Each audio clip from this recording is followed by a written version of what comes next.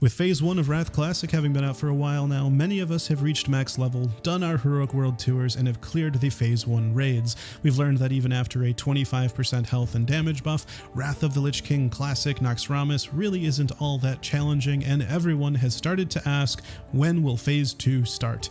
Most predictions guess that we'll see Phase 2 release sometime in January, which will include the release of one of the most iconic raids in the history of World of Warcraft, Ulduar.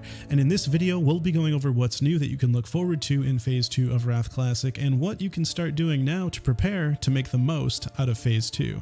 What's interesting about Phase 2 is that when Ulduar was added to the game originally, it was the first major content patch that included dual spec, ground mounts finally able to swim, and do you remember how you had to be near a lexicon of power to apply your glyphs? That was removed in that first content patch. But since we're playing on the last major content patch of Wrath of Lich King in Classic, all of these changes have already been implemented in Phase 1, and so Phase 2 has a bit of a less impactful change than the first patch did back in the day. One of the big new changes coming in Phase 2 is the beginning of the Argent tournament. The Argent Crusade have taken a foothold in the northeastern coast of Icecrown and have begun constructing the tournament grounds. Similar to how you see Brewfest setting up a few days before the event, the Argent tournament grounds are still under construction in Phase 2. You can find a few daily quests there, but not nearly as many as when the tournament grounds are fully completed in Phase 3 of Wrath Classic. And of course, the biggest news of all that everyone is looking forward to returning to, or perhaps even exploring for their first time ever, is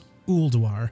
This is the first raid ever in the history of World of Warcraft to have both a normal and a hard mode for the same boss. What's even more exciting is if you like a challenge, it's going to be pre-nerf Ulduar. So even if you think that this raid is a breeze, you might be surprised. There were so many changes made to Ulduar, from undocumented hotfixes, buffs, and of course nerfs across both trash packs and nearly every single raid boss, and rest assured, anything that was later buffed will be in its buffed state. In a recent developer interview, Blizzard stated that they are being very intentional about making sure that pre-nerf Ulduar is also post-buff Ulduar, featuring an Ulduar that will be as difficult as it possibly can be, which definitely is exciting, especially for experienced players who know Ulduar and could end up finding a few surprises as they enter this new version of Ulduar. The list of changes to Ulduar is truly massive. You could randomly pick a boss in Ulduar and find multiple changes. Look at Ignis, for example, or Razor Scale, or even the big one, Yogg-Saron,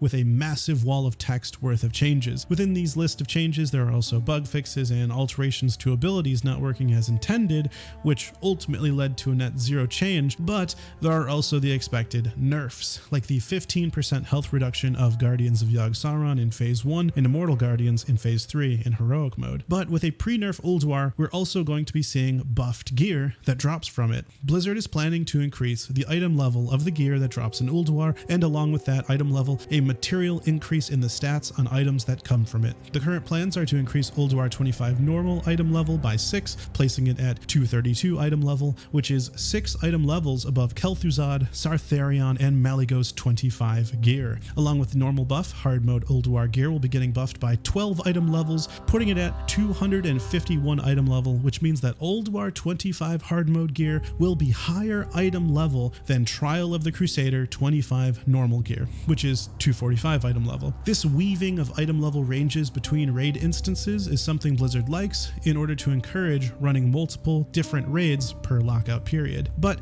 it wasn't like this back when Wrath was retail. Once Trial of the Crusader came out, the gear was so much better and more accessible than Ulduar gear that everyone just stopped running Ulduar, which is why this time around this item level increase was done primarily to encourage players to continue to raid Ulduar after Trial of the Crusader comes out in Phase 3. As a refresher, hard mode loot does not have their own fully fleshed out higher item level loot tables. Their loot tables are the same as normal, but each boss will drop one extra piece of gear at the higher item level, which adds up to roughly a dozen pieces of additional gear from the raid if you defeat each boss on hard mode. The one exception to this rule is Algalon, which will drop an entire chest full of hard mode gear, making him a very valuable boss to defeat each week for gearing up. Algalon made it onto my top hardest bosses bosses in Wrath list, so some guilds will definitely struggle with this boss. And with a new raid tier comes new achievements, mounts, and titles. There are 5 new achievement titles and 2 new mounts, the Rusted Proto-Drake and the Ironbound Proto-Drake, which are rewards from the Ulduar meta achievements 10 and 25-man respectively. There's also the title, the Astral Walker, from defeating 25-man Algalon, Starcaller from defeating 10-man Algalon, and Herald of the Titans title from defeating Algalon without anyone wearing gear with a higher item level than is available in 10-player Ulduar. The other 2 titles,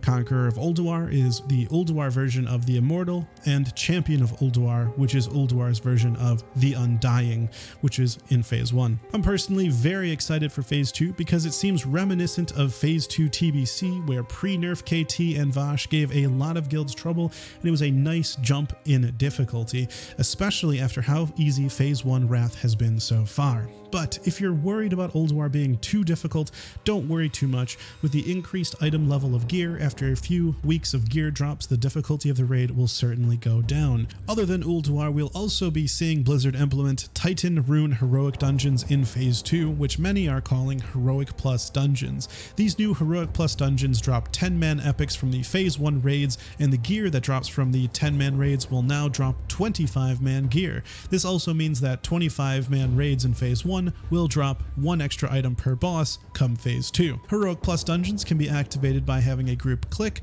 and channel on a new mysterious object, which grants all monsters in that dungeon 100% increased health and 30% increased damage, along with a dungeon-specific buff.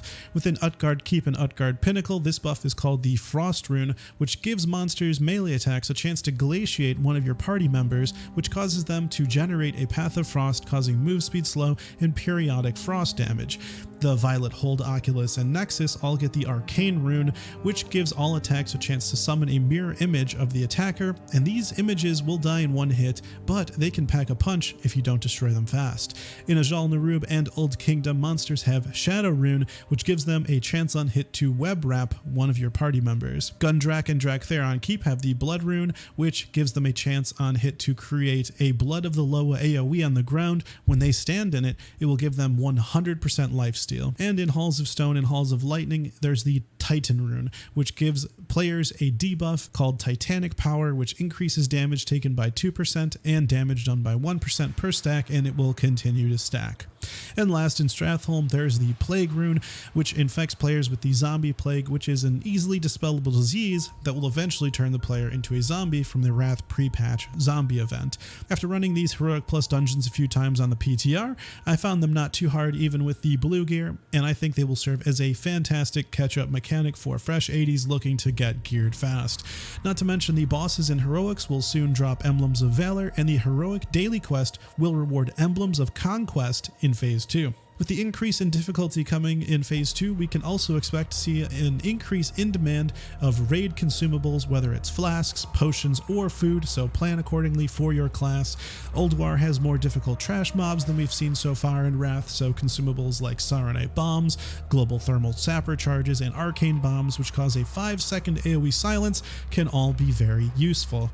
With new gear means new gems and enchants, so you could purchase your best in-slot enchant scrolls and gems now if you want to save gold when the materials inevitably go up in price once Phase 2 launches. Also coming in Phase 2 are Runed Orbs. Similar to in TBC Phase 2 with Nether Vortex, these Runed Orbs will drop in Ulduar and will sell for quite a lot, since they are a crafting reagent for all of the new recipes coming in Ulduar. Many of these recipes craft best in slot gear, such as the Sash of Ancient Power, which is basically Wrath's version of Belt of Blasting from TBC. Guilds looking to make fast, easy gold will probably opt to sell their Runed Orbs week 1, and then after that start using them to craft their guild's gear as their price begins to fall over time. Players can also purchase Runed Orbs for 18 Emblems of Conquest, so if you want to make some gold, you can do your daily heroic dungeon, you can also raid, and then turn those conquest emblems into Runed Orbs, which you can then list for gold. These new recipes will require a lot of valuable materials as well, such as Titan plate and steel bars, tailoring cloths, and all of the Northrend skinning materials and primals. You can expect all of that to go up in price in Phase 2. Depending on how emblems continue to progress, there could be an opportunity to stockpile your emblems of heroism.